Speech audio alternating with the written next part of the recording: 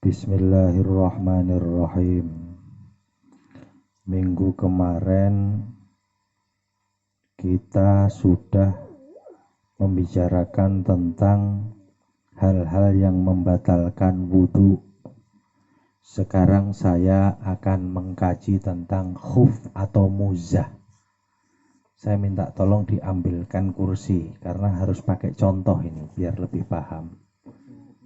Kursi yang di depan rumah. Saya bacakan dulu al-mashu alal khuffaini.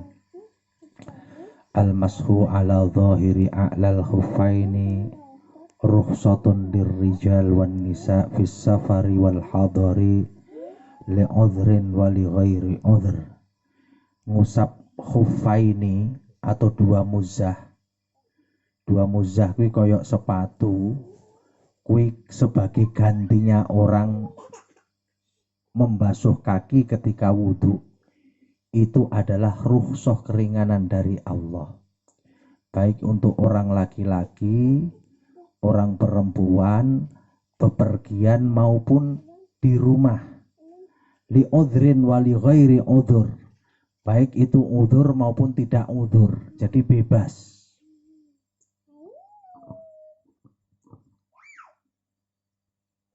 Nah, aku dulu pernah punya tapi hilang. Pernah punya, nggak pernah saya pakai. Cuman kalau di Arab itu, orang Arab itu sering musim dingin. Kalau musim dingin itu kan kadang-kadang mandi itu 2 atau 3 hari sekali, saking dinginnya. Padahal mandinya pakai air panas, tapi buka baju itu ketakutan karena saking dinginnya. Maka ada orang Arab pakai khuf. Khuf itu bayangkan saja kayak sepatu, tapi kulitnya itu tipis, kayak kulit dompet yang tipis. Dia nutupin telapak kaki sampai mata kaki. Tujuannya apa? Saking dinginnya, ini boleh nggak dilepas terus ya. Ini sebagai gantinya orang cuci kaki ketika wudhu. Cukup khufnya ini diusap saja pakai tangan ini.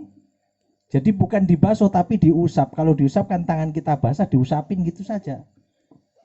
Itu boleh untuk orang laki-laki dan perempuan, dan boleh untuk orang yang pergi maupun di rumah, baik udzur maupun tidak udzur. Meskipun kita sehat kayak sekarang ini, kita sehat, nggak kedinginan, boleh pakai khuf. Anggap aja ini saking tipisnya ya. Maaf, ini kalau kita punya sepatu kayak sepatu boot tapi nggak sampai tinggi, cuma segini, kira-kira 2 atau 3 cm di atas telapak kaki. Yang penting mata kaki. Sebenarnya bisa, contohnya sepatu bisa. Khuf itu satu setar, dia bisa dari kulit, bisa imitasi. Nah begini. Gimana maksudnya caranya? Yaitu tadi, kalau kita mau pakai khuf itu rukhsah keringanan. Nanti kalau saya kadang-kadang penasaran, setiap di Arab itu saya pengen beli tapi lupa lagi karena nggak pernah kepake di sini. Wong kita gerah. Boleh dipakai sehari semalam untuk orang yang mukim, dan orang yang bepergian bisa 3 hari 3 malam. Maksudnya gimana? Selama 3 hari 3 malam ini kalau kita pakai sandal ya sudah dipakai, jangan dilepas. Kalau sekali dilepas maka batal, harus pakai lagi. Kapan makainya? Setelah kita wudhu. Sekarang ini misalnya tadi sebelum isya kita wudhu sempurna dulu, baru kita pakai khuf. Maka selagi khuf ini tidak dilepas, besok subuh kita sudah boleh ngusap, tapi tetap wudhu normal yang lainnya. Giliran bagian kaki dibasuh, cukup diusap pakai air itu, kayak kita ngusap sebagian kepala itu. Duhur gitu lagi, kita wudhu diusap lagi kanan kiri. Khuf itu kanan kiri sepasang. Orang Arab di masjid ya dipakai khufnya, dicopot sepatunya atau sendalnya, ini bisa karena tipis sekali khuf itu. Jadi dia ya pakai sepatu, ya pakai sendal, sendalnya ditaruh. Di masjid itu banyak orang pakai khuf, terutama kalau musim dingin. Kalau musim panas ya gak penting, karena dingin itu bisa retak. Ini apa itu? Kulit itu bisa retak, kulit pipi, apalagi kulit bibir itu udah biasa retak itu karena saking gak tahannya kedinginan. Nah, itu sehari semalam untuk orang yang mukim, 3 hari 3 malam untuk musafir. Kalau baru make tiba-tiba gerah dilepas, ya berarti batal. Kalau batal gimana? Nanti makainya lagi harus nunggu ba'da kamalit toharoh, harus kita sempurna suci dulu, setelah wudhu baru dipakai. Terus gimana itu sehari semalam? Sehari semalam itu dihitung pertama kali hadas. Misalnya kita pakai untuk sholat isya, tadi udah wudhu, habis itu pakai khuf. Hadasnya jam 10, habis pengajian ini jam 10 baru hadas. Berarti besok khufnya itu berlaku sampai jam 10 malam ketika dia awal hadas. Jadi selagi tidak dilepas, zuhur, asar, maghrib, isya, sampai jam 10 malam itu baru selesai itu masanya. Maksudnya gimana selesai masanya?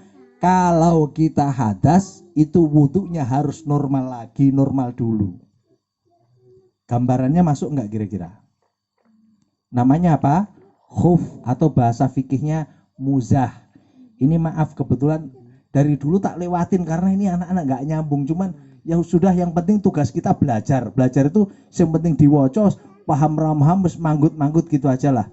Yang penting kita harus belajar. Karena ini memang bab fikih. Kayak tayamum kita perlu ngerti meskipun kita berdoa supaya kita tidak ngalamin tayam. Kenapa? Karena orang tayamum itu satu dalam keadaan sakit, yang kedua bisa juga saking nggak ada air sehingga dia boleh tayamum. Tapi kita berdoa mudah-mudahan dengan belajar tayamum kita nggak usah merasakan jadi orang yang tayamum. Saya baca sekarang. Syurutu sihhatil mashi. Nah, syarat sahnya ngusap itu gimana? Ayyakunal khuffani qawiyaini yumkinu tatabu'ul masyi alaihima. Yang pertama, syaratnya 2 khuf itu harus mampu dipakai berjalan. Jangan robek, lagi kan robek. Awakmu mbok ge futsal kira-kira robek enggak ini? Oh, jangankan ge futsal, game mlaku robek maka tidak boleh jadi khuf. Khuf itu harus kayak sepatu imitasi atau kulit yang kuat, dipakai jalan itu enggak rusak, itu syaratnya. Yang kedua, ayyakuna minal jildi awil juhi al-qawiyyi. Kulit boleh termasuk dari bulu domba yang lembut juga boleh, yang penting kuat. Al-qawiyyi yang kuat. Alladzi yamna'u wusulal ma'i ila rijli. Dia harus menghalang-halangi masuknya air ke kulit. Ini kan termasuk menghalang-halangi, tapi ini enggak kuat.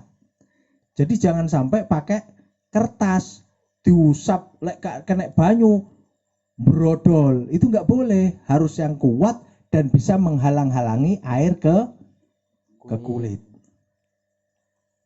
Yang ketiga, ayyabtadi alubsahuma ala tuhrin kamil.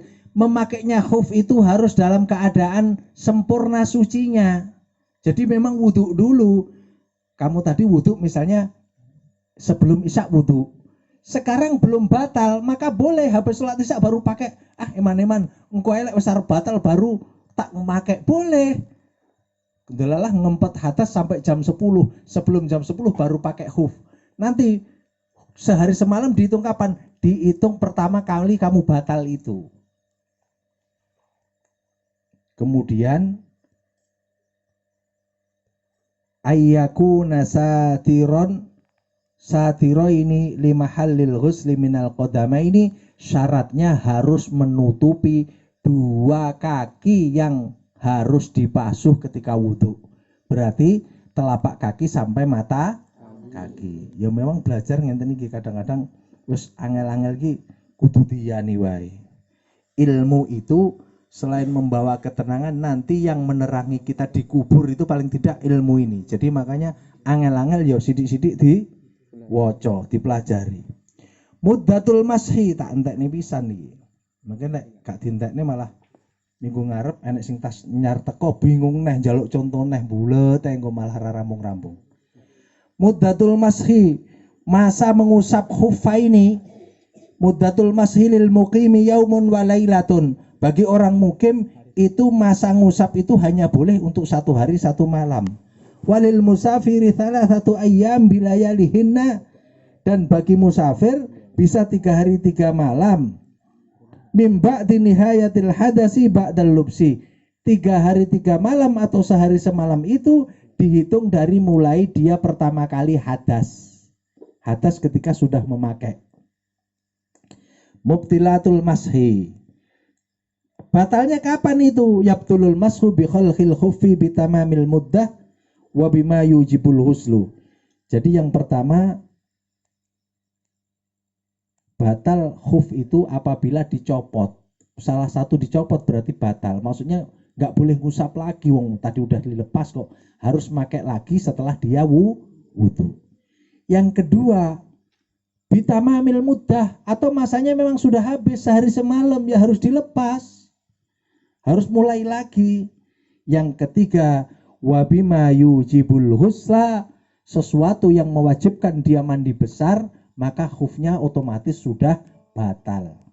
Walhamdulillahi rabbil alamin.